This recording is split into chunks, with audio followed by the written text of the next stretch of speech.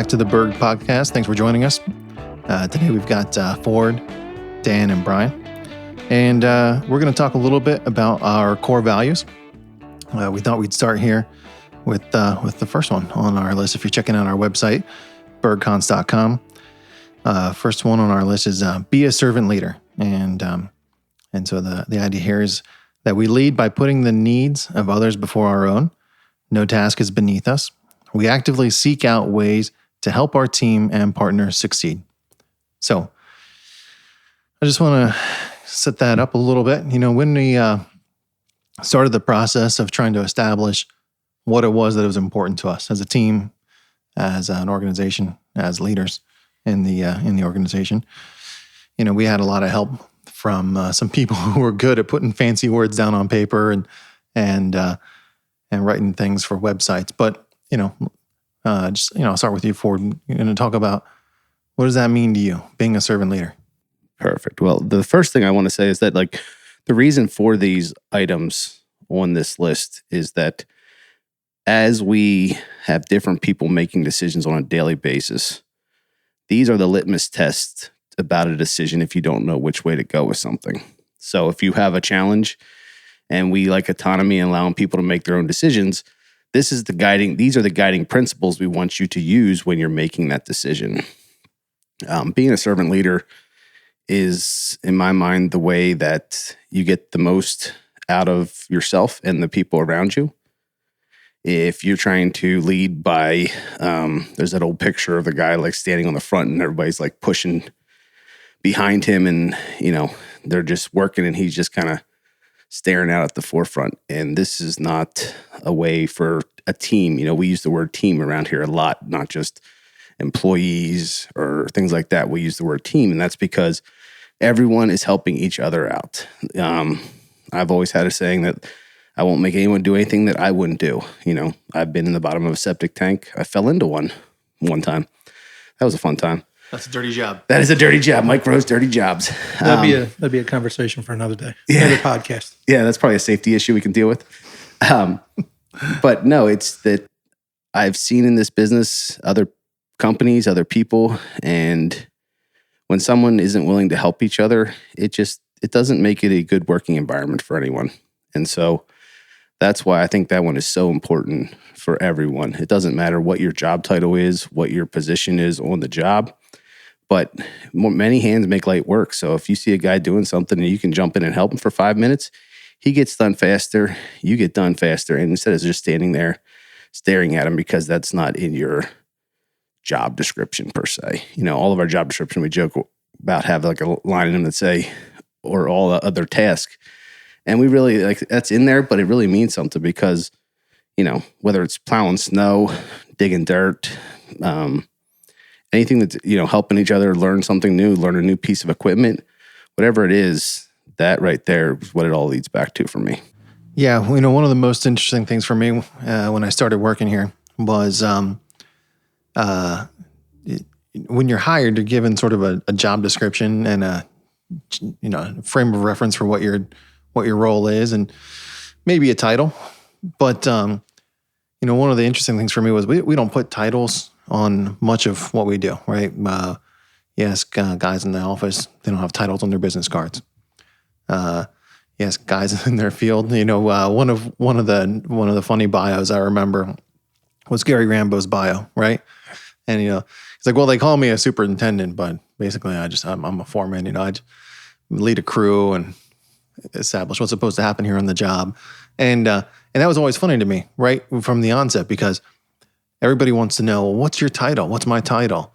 And the reality is when you're, embracing these things, when you're being a servant leader, each one of us is called to lead, no matter where we're standing. So, we got to run cables for a building that we're adding some offices. Who's gonna do it? Who has time to go do it? We get out there and we pull cables. If our foreman is down a guy or he needs some help in the field, he jumps in the machine, right? So I think that's part of what being a servant leader is being willing to fill the gap, to jump in, take responsibility, and own what has to happen, even if it's not normally your your title, your responsibility.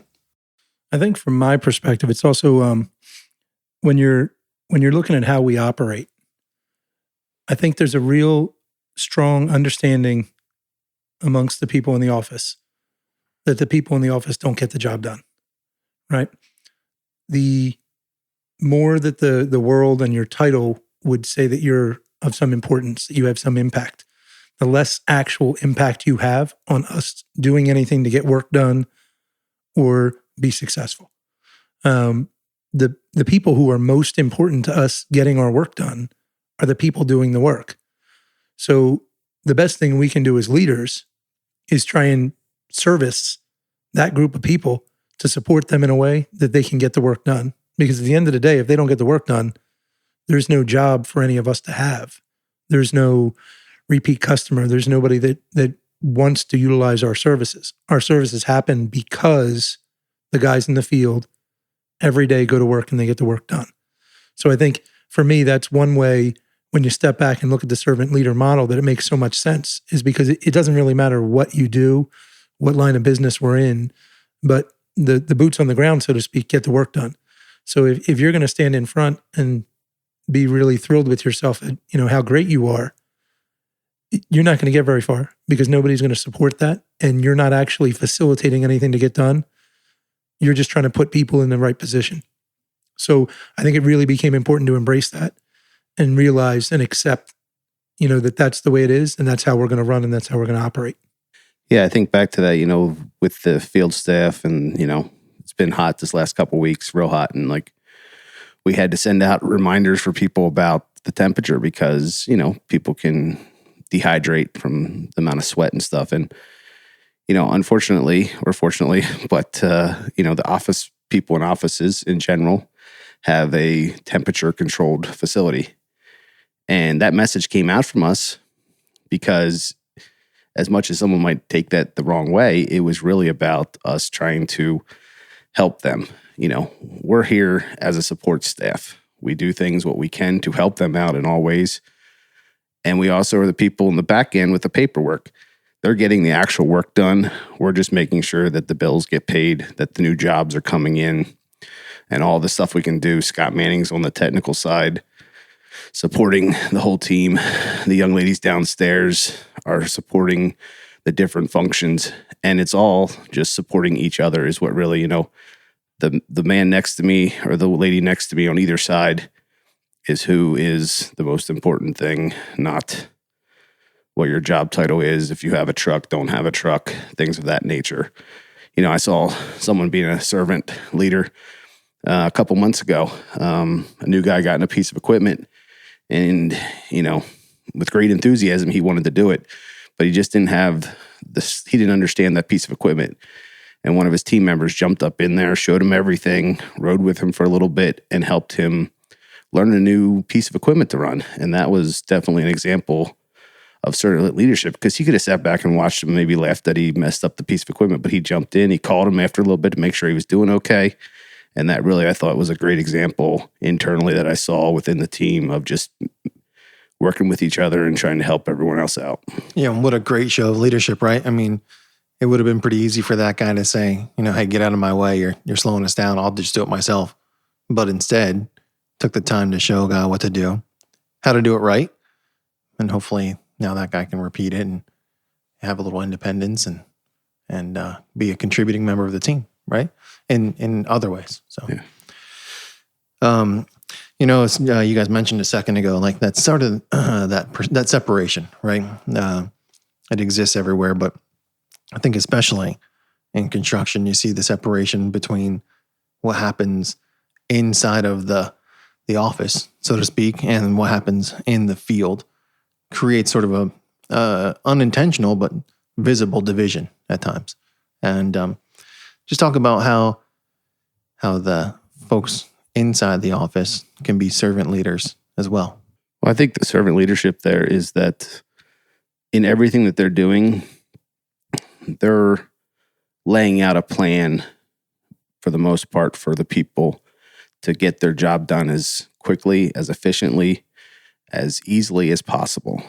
The jobs in the field are tough, the temperatures, the hours, the challenging sites, all of that kind of stuff. But the leadership and the servant part of it is people in the office are using their time to try and make that job as easy as possible. And it's not always going to happen, but that is what they're looking out into the future to try and help make sure there's not a problem, or lining up trucks or any of that kind of stuff, that's helping the staff that has to do the work get it done in the best way they possibly can. And so I think that's one of the huge ways that I have air quotes here on a podcast, which doesn't work, but the management of the different divisions, that's really what they're doing all day, is trying to help make the job in the field go as best they can. And, in construction, nothing goes the way it's planned. So they're constantly on the fly, having to update, tweak, adjust, move personnel, all that kind of stuff, all to try and help the people in the field get their job done. Yeah, perfect. And that's everyone, right? I mean, everyone from the human resource staff to the accounting staff to the actual estimators and direct support to our field.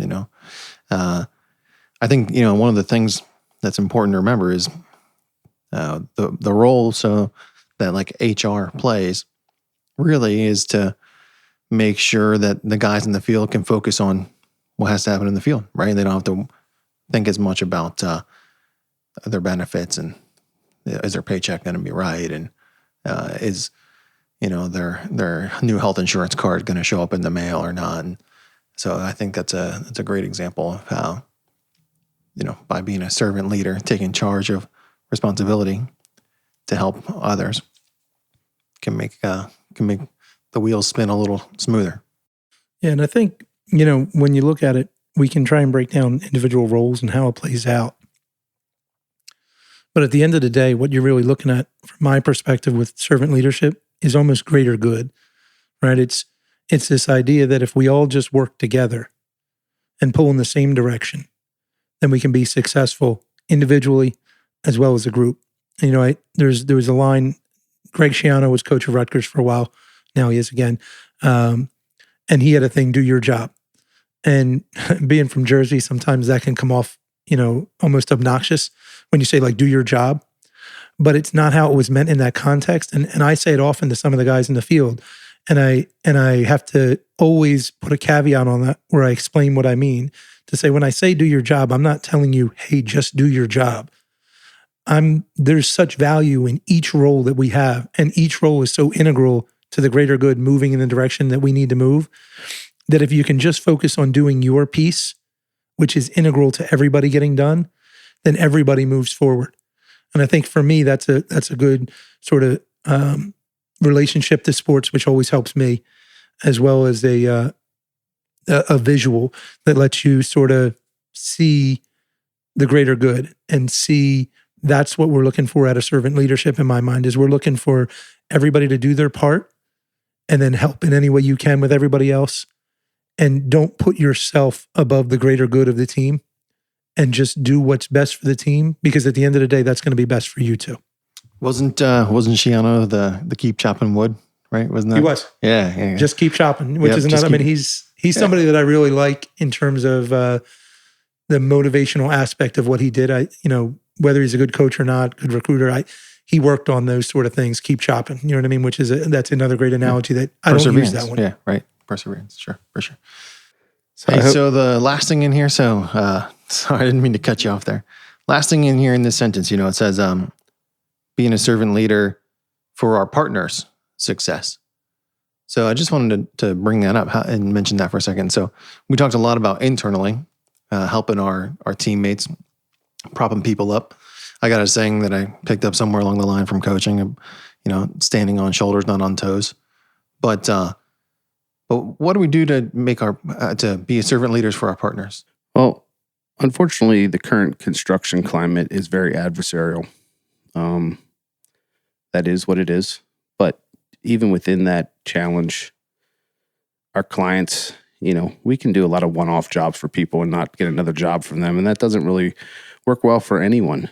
You don't have any familiarity. You don't have the trust, because you have to build trust every time you get a new client. But if you can do things in a way that doesn't affect the work we need to get done, but you can do it in a way that works with the partners, as far as the clients, as far as the subcontractors, as far as the engineers or the inspectors. Working with people always gets you much further than working against people. And there's times where we might be right, but you know what? If we can move that stone pile 10 feet to the left and let somebody get through, even though it's not really going to affect us, it's just a hassle, but we can do that, we're helping the job get done. And everything's about getting something completed. And so that's where I see this really working, is that I'm not saying we have to go outside of our scope if we have a particular scope, but I think we can do our scope in a way that still works with the other people around us. And it can be very challenging because sometimes people will try and take advantage of that, or it just doesn't seem like they're understanding how we're doing that. Or maybe we do it really well and then we still don't get the next job for the client. So that's always a challenge. But it just seems that jobs that have everyone working together go so much better than jobs that constantly have people just stepping on each other's toes. Yeah. So, and I'll go back again to the greater good thing here. When a client feels like we're involved in the job and we're working together to try and get it done, they get that same feeling, the same feeling we're trying to achieve every day within our own team. So even as an example, that'll sort of date the conversation, but right now we're working on Winco. And guys are doing a really nice job down there. We've hit rock. We sort of knew that we would hit rock. And I don't want to get too into the operation side of the rock, but we thought there was a better way that Ford and Colt had seen. Hey, we've seen this device. We had talked about it before, a specific tool that might do a better job in it. And quite honestly, it's going to be more efficient. It's going to reduce the quantity of rock that we would break. It will accelerate the process. Each of those things is not in Berg's inherent best interest, right? I mean, like, we're a company that's here to make money. We have a cost for rock. And if I hammer more of it, or it takes me longer, depending on whether it's, yardage or T&M, both of those things would be better for us in terms of generating more top line revenue. But having said that, it was the right answer for the client and for us to say, we have a better way to do this. And it's going to be better for you. It's going to be quicker. It's going to be cleaner. It gives you a more usable product. It never really factored in whether it was more profitable, because that wasn't what we were trying to achieve. What we were trying to achieve is be a good partner, be a team player. The greater good of this project, let's stay on schedule and reduce what we have to do and get the job done for the client.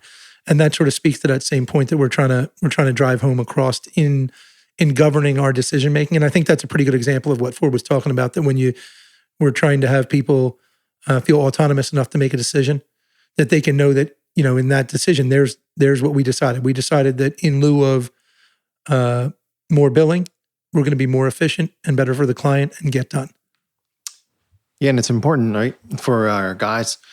And in each one of these scenarios,